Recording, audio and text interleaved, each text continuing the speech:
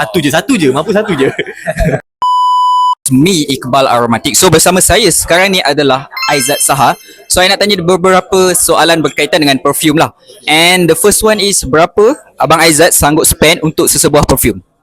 Berapa Alamak, the letter yang sanggup ke ataupun yang dah pernah Yang dah pernah spend. yang dah pernah spend So far yang pernah spend 1.7k lah.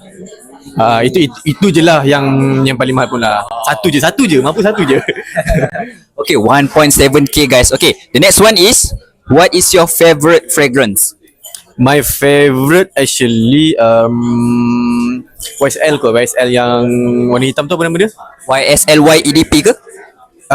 Okay, bukan yang Y, yang satu yang myself. Oh, YSL Myself. Wow, Abang Aizat suka YSL Myself. Betul. Bukan biasa-biasa guys pilihan tu. Wow. Yes. You smell.